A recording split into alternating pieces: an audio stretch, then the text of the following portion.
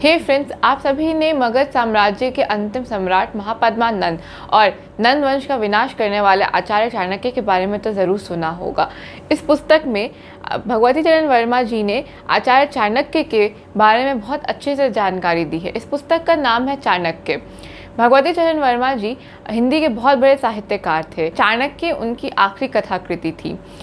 उन्होंने कई उपन्यास लिखे हैं, जिसमें से भूले बिसरे चित्र को साहित्य अकादमी पुरस्कार से सम्मानित किया गया है। भगवान परशुराम और द्रोणाचार्य की तरह युद्ध विद्या के आचार्य चाणक्य के बारे में इस पुस्तक से और अधिक जानकारी लें।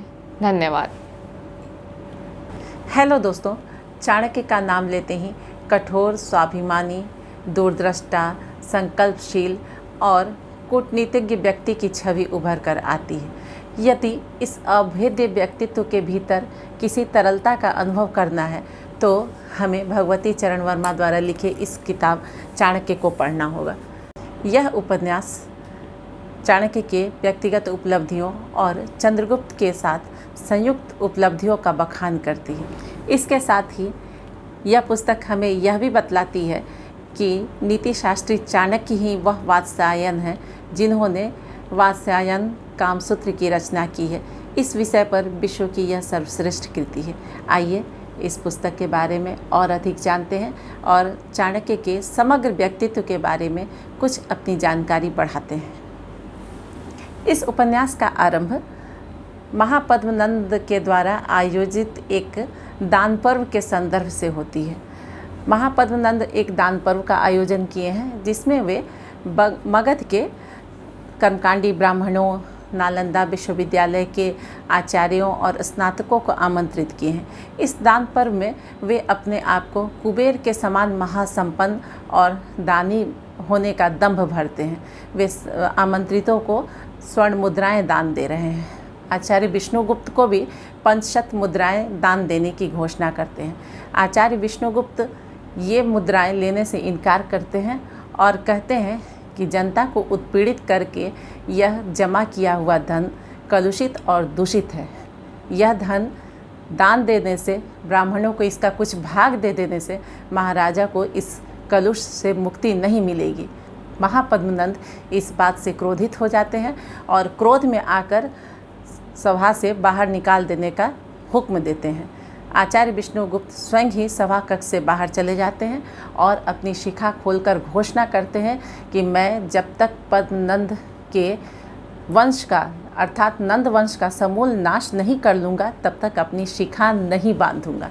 इस बात की घोषणा करके वो वहाँ से सभा से निकल जाते हैं।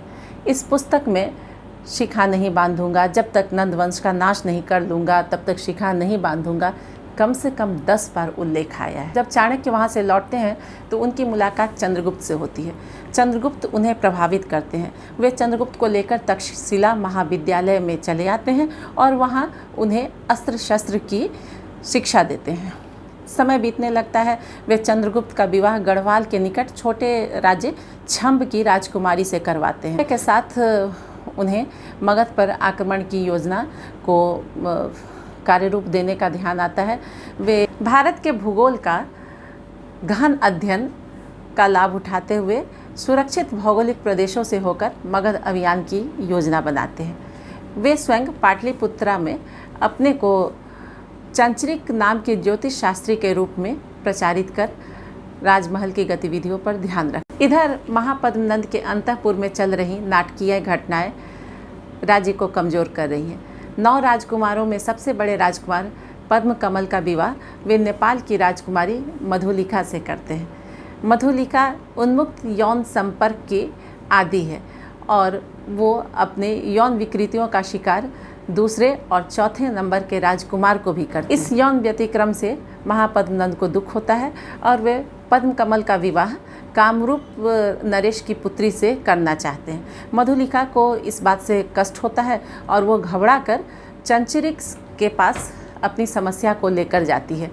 मधुलिका का साथ उसकी दासी विथिका भी देती है।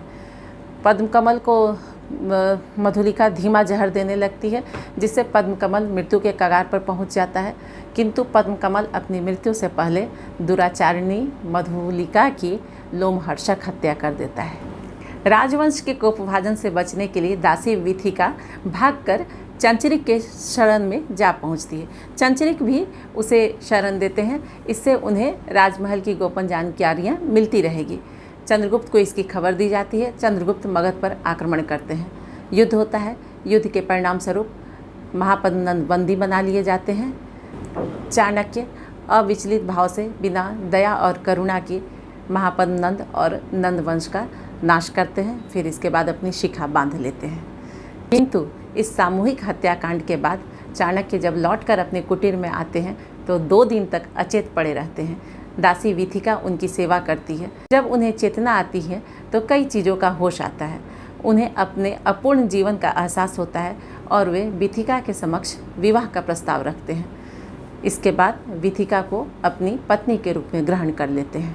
प्रौढ़ चाणक्य 32-33 वर्षीय युवती विथिका से विवाह कर एक उन्माद भरे जीवन में प्रवेश करते हैं और एक दूसरे में लय हो जाते हैं। जीवन के इस मोड़ पर भी चाणक्य अपनी सृजनात्मकता नहीं छोड़ते हैं। अपने अनुभवों के आधार पर वे कामसूत्र की रचना करते हैं, जिसे अपने गोत्र वात्स्यायन के नाम पर नाम देते हैं, वात्स्यायन कामसूत्र।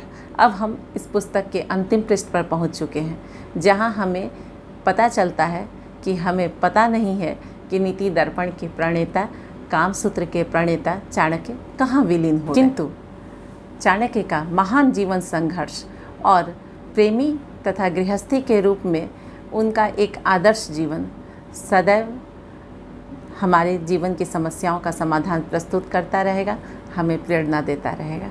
धन्यवाद।